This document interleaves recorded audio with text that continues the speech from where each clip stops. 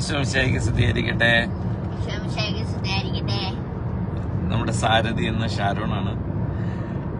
ഞങ്ങൾ ഇന്ന് ഒരു വചനം പങ്കുവെക്കാൻ വേണ്ടിയിട്ടാണ് വന്നത്. കാരണം ഇന്ന് വിശുദ്ധ ഔസേപ്പിതാവിന്റെ തിരുനാളാണല്ലോ.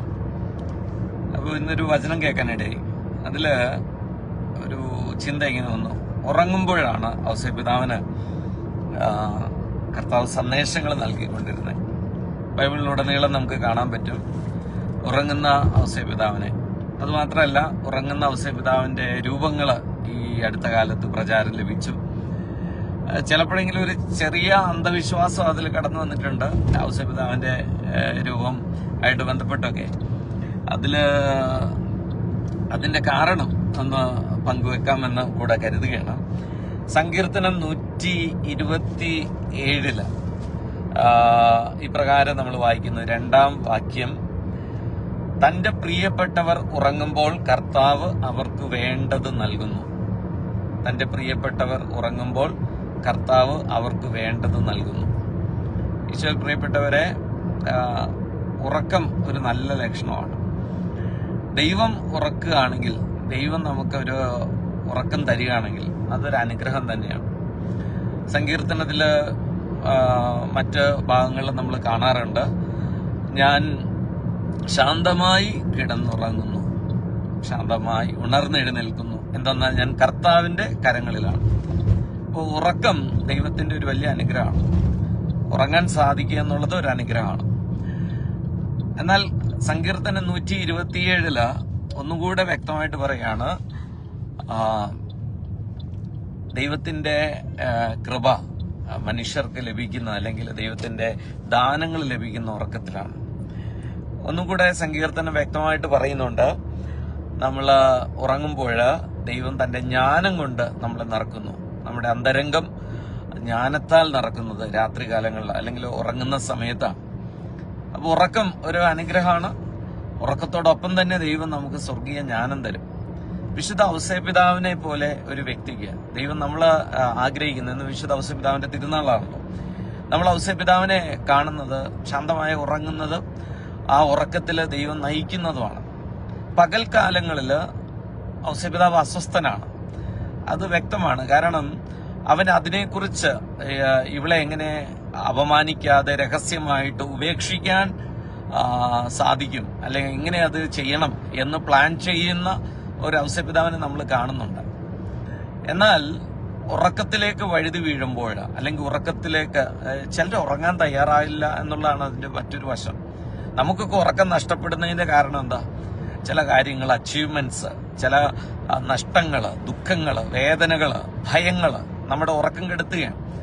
ഔസേപ്പിതാവിനെ സംബന്ധിച്ചിടത്തോളം അവൻ നീതിമാനായിരുന്നു.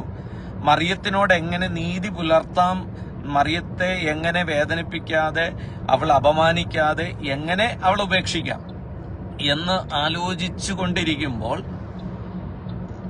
അവന് ഉറങ്ങാൻ സാധിച്ചു എന്നാണ് ആ വചനത്തിൽ നമുക്ക് മനസ്സിലാക്കാൻ സാധിക്കുന്നത്. കാരണം അങ്ങനെയുള്ള ഒരു വ്യക്തിക്ക് മറിയത്തെ അപമാനിക്കാതെ, അവള് ഗർഭം ധരിച്ചിരിക്കുന്ന, അവൻ തെറ്റിദ്ധാരണയുടെ പുറത്താണെങ്കിൽ പോലും ഒരു സഹതാപത്തിന്റെ പുറത്ത് നീതിമാനായ ഔസേപ്പിതാവ് അവളെ മോശമായിട്ട് ചിത്രീകരിക്കാതെ, അല്ലെങ്കിൽ അപമാനിക്കാതെയോ ശിക്ഷിക്കാതെയോ അവളെ രക്ഷിക്കാനുള്ള പരിശ്രമത്തിലാണ്.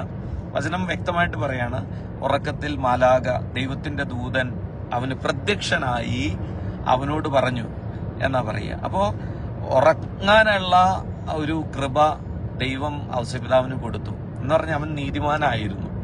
അവന്റെ ലക്ഷ്യങ്ങള്, ചിന്തകളെല്ലാം ദൈവത്തോട് ചേർന്ന് നിൽക്കുന്ന പകൽക്കാലങ്ങളിൽ അവന്റെ നീതിയുള്ള പ്രവർത്തികൾ. അതുകൊണ്ടാണ് സങ്കീർത്തനം പറയുന്നത്, തന്റെ പ്രിയപ്പെട്ടവർ ഉറങ്ങുമ്പോൾ ദൈവം അവർക്ക് ആവശ്യമായത് നൽകുന്നു. അവർക്ക് വേണ്ട ഗൈഡൻസ്, അവർക്ക് വേണ്ടുന്ന കൃപ, പിറ്റേന്ന് അല്ലെങ്കിൽ ഇനിയുള്ള ജീവിതകാലത്തേക്ക്, ആ പകൽക്കാലത്തിലേക്ക് അവർക്ക് വേണ്ട നന്മയെല്ലാം ദൈവം ഒരുക്കുന്നത് മനുഷ്യനെ ഉറങ്ങാൻ വിട്ടിട്ടാണ്. ഞാൻ കഴിഞ്ഞ ദിവസം പറഞ്ഞു, ആദ്യത്തെ ദൈവം ഉറക്കാൻ വിട്ടിട്ട് ഏറ്റവും മനോഹരമായ ഒരു അസ്തിത്വം അവന് നൽകാൻ, ഒരു കുടുംബജീവിതം നൽകാൻ ദൈവം അവന് ഉറങ്ങാൻ വിട്ടു. ഇതിൽ മറ്റൊന്ന് നമ്മൾ മനസ്സിലാക്കേണ്ടത്, ദൈവം നമ്മളിൽ നിന്ന് ആഗ്രഹിക്കുന്നത് നമ്മൾ ശാന്തമായി ദൈവത്തിന്റെ മടിയിലായിരിക്കുക, ശാന്തമായിട്ട് ഉറങ്ങുക. നമ്മുടെ ചിന്തകളെല്ലാം നമ്മൾ ഈ ബുദ്ധിയില് പ്ലാനിങ്ങും, ചില വ്യക്തികളെ നമുക്ക് അടുത്തറിയാം, നമ്മളിലൊക്കെ അങ്ങനെ തന്നെ ആയിരിക്കാം. ലോൺ എടുക്കണം, വണ്ടി വാങ്ങിക്കണം, വീട് വെക്കണം, അങ്ങനെ ബുദ്ധിപരമായ ലോകത്തിന്റെ സ്റ്റാൻഡേർഡിൽ പ്ലാൻ ചെയ്ത് എങ്ങും ഒരിടത്ത് എത്താറില്ല നമ്മള്. എന്നിട്ട് നമ്മള് കിടന്ന് ടെൻഷൻ അടിക്കുക. നമ്മളതിന്റെ ഒരു ദൈവ പൈതല് ഇതൊക്കെ വേണം, ഇതൊക്കെ ആലോചനയൊക്കെ ഉണ്ടാകട്ടെ. അത് എന്നിട്ട് ശാന്തമായി പ്രാർത്ഥനയിൽ ദൈവസന്നിധി കാത്തിരിക്കുക. അപ്പൊ ദൈവം നിന്നെ ഉറക്കും. എന്നിട്ടോ ഒരു മുറിവ് പോലും ഇല്ലാതെ, ഒരു ചതവ് പോലും ഇല്ലാതെ ദൈവം തന്റെ പ്ലാനുകള് എക്സിക്യൂട്ട് ചെയ്യും. ഔസേപ്പിതാവ് ഉറങ്ങിയപ്പോ അവന്റെ ബുദ്ധി ഉറങ്ങി, അവന്റെ ചിന്തകൾ ഉറങ്ങി, അവന്റെ ആലോചനകൾ ഉറങ്ങി. അതിനെല്ലാം അവനൊരു അവധി കൊടുത്തു എന്ന് വേണം മനസ്സിലാക്കാൻ. തന്റെ ചിന്തകൾക്കും പ്രവൃത്തികൾക്കും കാൽക്കുലേഷൻസിനും പ്ലാനിങ്ങിനും എല്ലാം അവധി കൊടുത്തിട്ട് ഔസേപ്പിതാവ് ഉറങ്ങാൻ പോയി. അവിടെയാണ് ദൈവദൂതൻ അവന് പ്രത്യക്ഷമായിട്ട് അവന് വിളിക്കുന്ന പേരാണ് ദാവീദിന്റെ പുത്രനായ ജോസഫ്. ഗബ്രിയേൽ ദൈവദൂതന് ആയിരിക്കാം പ്രത്യക്ഷപ്പെട്ട, നമുക്ക് അവിടെ പറയുന്നില്ല. എങ്കിലും ഞാൻ പറയാ, വിളിക്കുന്ന പേരാണ് ദാവീദിന്റെ പുത്രനായ ജോസഫ്. ഇങ്ങനെ ഒരു വിളി പിന്നെ ഈശോയ്ക്കാണ് നമ്മൾ കേൾക്കുന്നത്. ദാവീദിന്റെ പുത്രൻ എന്നാ വിളിക്കുന്നത്. ആരെ വിളിച്ചത്? ദൈവദൂതൻ വിളിക്കുകയാണ്, ദാവീദിന്റെ പുത്രൻ ആയ ജോസഫ്. അപ്പൊ നോക്കിക്കേ, എത്ര രാജകീയമായ വിധത്തിലാ ദൈവം പോലും അവനെ മാനിച്ചത്. ഔസേപ്പിതാവിനെ ദൈവം കാണുന്നത് രാജകീയ പദവി നൽകി ഇട്ടാണ്. അപ്പോ എത്രമാത്രം ഔസേപ്പിതാവ് അക്സെപ്റ്റഡ് ആണ് ദൈവസന്നിധിയിൽ എന്ന ആ ഒരു വിളി കൊണ്ട് നമുക്ക് മനസ്സിലാകുന്നുണ്ട്.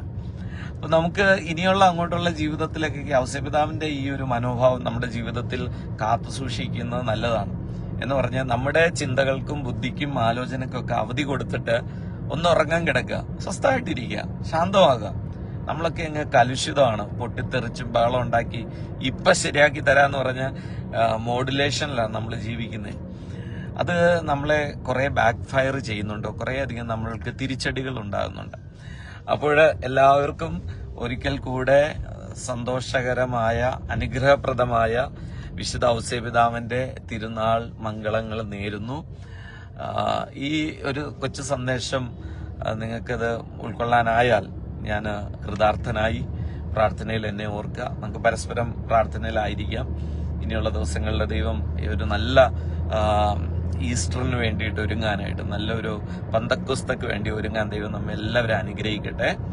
പരസ്പരം പ്രാർത്ഥിക്കണം കേട്ടോ. ഏറെ പ്രാർത്ഥന ആവശ്യമുള്ള ഒരു സമയമാണ്.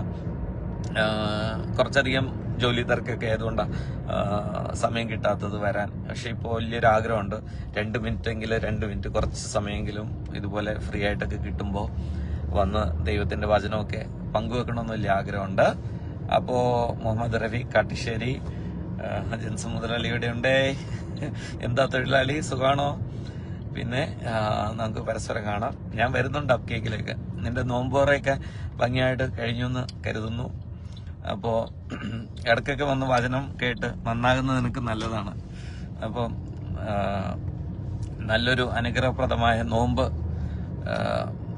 പ്രിയപ്പെട്ട മുഹമ്മദ് റഫി കാട്ടിശ്ശേരിക്കും ആശംസിക്കുന്നു. കൂടെ എല്ലാവർക്കും, നമുക്ക് എല്ലാവർക്കും നോമ്പാണല്ലോ. ദൈവം അനുഗ്രഹിക്കട്ടെ കേട്ടോ. God bless you. Bye bye. അവിടെ ജോണി ഉണ്ട്, ഷാരുണ്ട്. Okay, bye bye.